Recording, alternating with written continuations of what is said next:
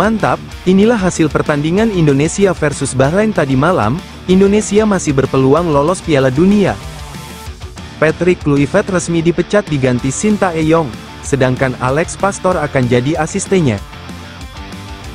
Namun sebelum lanjut ke pembahasannya, alangkah baiknya untuk tekan tombol like dan subscribe-nya ya guys.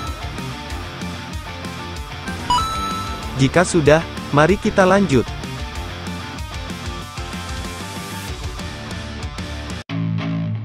Timnas Indonesia baru saja menghadapi Bahrain di Stadion Utama Gelora Bung Karno dalam laga krusial yang menentukan langkah mereka ke fase berikutnya.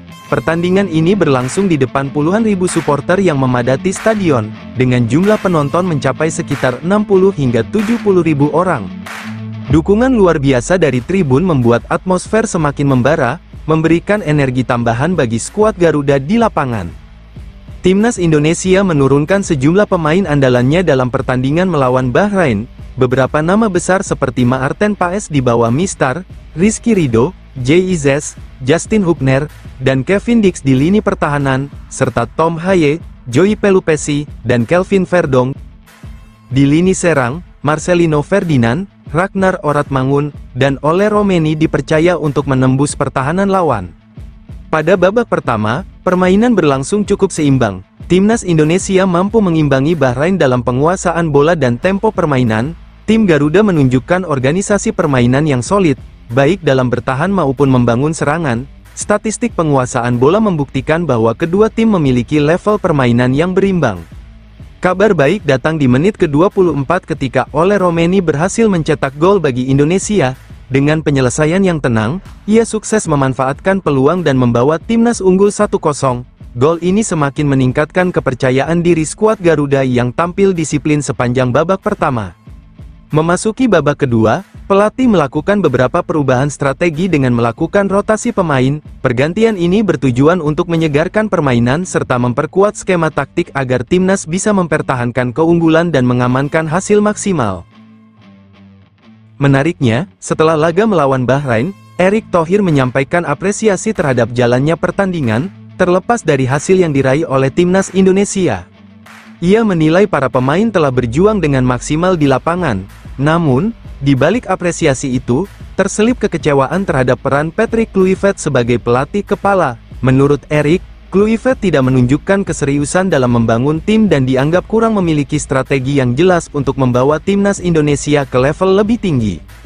Sebaliknya, Erick justru memuji kinerja Alex Pastor, yang dinilai memiliki pemahaman lebih baik terhadap permainan dan mampu memberikan dampak positif bagi tim. Atas evaluasi ini, Erick mengambil keputusan besar. Patrick Kluivert resmi diberhentikan dari jabatannya sebagai pelatih kepala. Sebagai penggantinya, Timnas Indonesia kembali mempercayakan tugas tersebut kepada Sintayong. Menariknya, Alex Pastor tidak ikut tersingkir. Justru, ia mendapat kepercayaan lebih dengan diangkat sebagai asisten Sintayong. Keputusan ini diharapkan dapat membawa stabilitas bagi tim, terutama dalam membangun fondasi permainan yang lebih solid.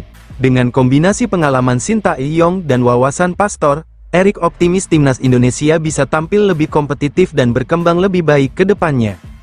Selanjutnya, setelah laga melawan Bahrain, timnas Indonesia akan kembali menghadapi tantangan besar dengan berduel melawan Jepang dan China dalam jadwal berikutnya. Laga versus China kan berlangsung pada 5 Juni, sementara versus Jepang pada tanggal 10 Juni. Harapannya, dengan kembalinya Sintayong sebagai pelatih, Garuda bisa semakin solid dan membuka peluang lolos ke Piala Dunia 2026.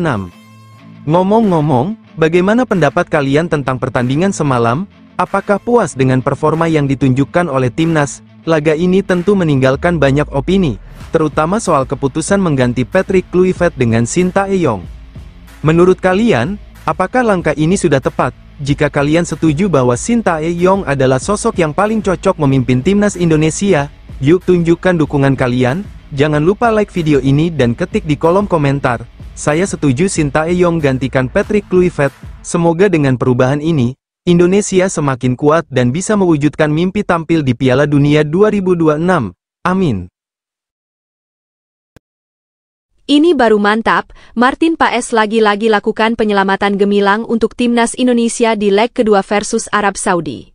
Timnas Cina dan Bahrain pasti langsung ketar-ketir lihat ini. Kiper Timnas Indonesia, Martin Paes, menyebut penyelamatannya terhadap tendangan jarak jauh Mohamed Kano sebagai momen terbaiknya dalam laga melawan Arab Saudi di Stadion Utama Gelora Bung Karno, Jakarta, Selasa lalu. Pada pertandingan yang menegangkan itu, Arab Saudi terus memberikan tekanan intensif di menit-menit akhir, terutama setelah Justin Hubner menerima kartu merah pada menit ke-89, membuat Indonesia harus bertahan dengan 10 pemain. Salah satu peluang terbesar Saudi tercipta pada injury time, ketika Kano, pemain Al-Hilal, melepaskan tendangan keras dari luar kotak penalti. Bola meluncur deras ke arah gawang, tampak sulit dihentikan. Namun, Martin menunjukkan refleks luar biasa dengan menyentuh bola menggunakan ujung jarinya, sehingga bola berubah arah dan membentur mistar gawang. Aksi ini bukan hanya menyelamatkan gawang Indonesia, tetapi juga menjadi simbol perjuangan tanpa henti skuad Garuda dalam mempertahankan kemenangan. Kiper yang bermain untuk FC Dallas ini mengungkapkan bahwa penyelamatan seperti itu adalah momen yang selalu ia impikan sebagai penjaga gawang, terutama dalam situasi krusial seperti bermain dengan jumlah pemain yang lebih sedikit. Penyelamatan ini menjadi salah satu dari 3 aksi pentingnya sepanjang pertandingan yang membantu Indonesia meraih clean sheet keduanya dalam kualifikasi. Sebelumnya, Martin juga tampil gemilang saat Indonesia menahan imbang Australia 0-0 pada laga di SUGBK pada September lalu.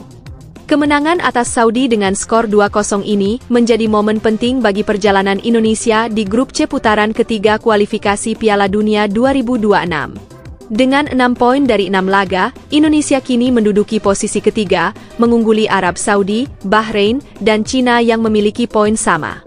Australia berada di posisi kedua dengan 7 poin, sementara Jepang kokoh di puncak klasemen dengan 16 poin, menunjukkan dominasi mereka di grup ini.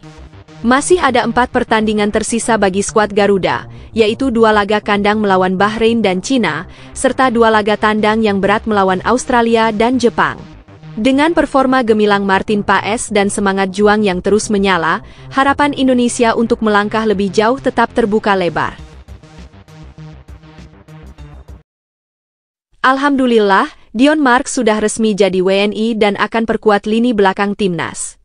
Pemain naturalisasi ini diperkirakan bakal promosi ke timnas senior dalam waktu dekat jika tampil bagus bersama timnas U20. PSSI terus melangkah maju dalam upaya memperkuat timnas Indonesia dengan memproses naturalisasi pemain-pemain muda berbakat berdarah Indonesia. Salah satu nama yang tengah menjadi sorotan adalah Dion Marks. Ketua Umum PSSI, Erick Thohir, menegaskan bahwa Dion diproyeksikan untuk memperkuat timnas Indonesia di level U20 hingga senior. Jika proses ini berjalan lancar, pemain berbakat ini diharapkan bisa tampil pada Piala Asia U20 2025 di Tiongkok yang akan digelar Februari mendatang. Dion Marks bukanlah wajah baru bagi timnas Indonesia U20. Pemain muda yang kini membela tim junior NEC Nijmegen di Youth League Belanda itu sebelumnya sempat memperkuat Garuda Muda dalam ajang Toulon Cup. Meski saat itu masih dalam tahap seleksi, performa Dion mencuri perhatian pelatih Indra Syafri dan staf kepelatihan. Potensi yang dimiliki pemain ini diharapkan mampu memberikan tambahan kualitas signifikan bagi skuad U20 Indonesia, terutama dalam misi besar lolos ke Piala Dunia U20. Proses naturalisasi Dion diyakini bisa memperkuat lini serang Garuda Muda, mengingat posisinya yang fleksibel sebagai pemain sayap. Dengan pengalaman bermain di Eropa, Dion dianggap memiliki kemampuan untuk bersaing di level Asia dan bahkan dunia. Kehadiran pemain dengan latar belakang kompetisi yang ketat seperti di Belanda tentu menjadi aset penting dalam membangun kekuatan timnas Indonesia ke depan. Sebelumnya, pelatih Indra Syafri juga sempat merekomendasikan pemain sayap lainnya, Mauresmo Hinoke, untuk dinaturalisasi. Namun, proses tersebut tidak dapat dilanjutkan karena garis keturunan pemain tersebut terlalu jauh, yakni dari buyutnya. Oleh karena itu, fokus PSSI kini sepenuhnya beralih pada Dion Marks, yang memiliki garis keturunan lebih jelas dan peluang besar untuk segera memenuhi syarat naturalisasi. Langkah strategis ini tidak hanya bertujuan untuk meningkatkan daya saing Indonesia di ajang Piala Asia U20, tetapi juga sebagai investasi jangka panjang dalam membangun tim senior yang kompetitif. Dengan keberadaan Dion dan pemain-pemain muda berbakat lainnya, diharapkan Indonesia mampu menciptakan generasi emas yang bisa bersaing di panggung sepak bola internasional.